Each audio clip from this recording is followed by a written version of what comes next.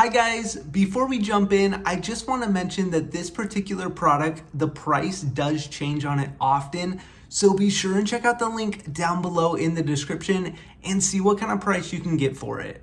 All right, let's jump in. In today's video, we're looking at the Razer Rambler mini bike. Now, the first thing you'll probably notice about this mini bike is just how high quality every different piece of this bike is. The tires are nice and thick and really feel like a very premium wheel. The heavy duty seat has a really nice level of comfort to it, and this mini bike even has a headlight and a tail light. Now, this electric mini bike is rear wheel drive and it does deliver speeds up to 15.5 miles per hour. Overall, I'm really impressed with just how high quality this electric mini bike is. I think the Razer Rambler is a fantastic, very high quality and durable product, and for that reason, I highly recommend it. Now, make sure and check out the link down below in the description to get your hands on this product. Thank you so much for watching and have a great day.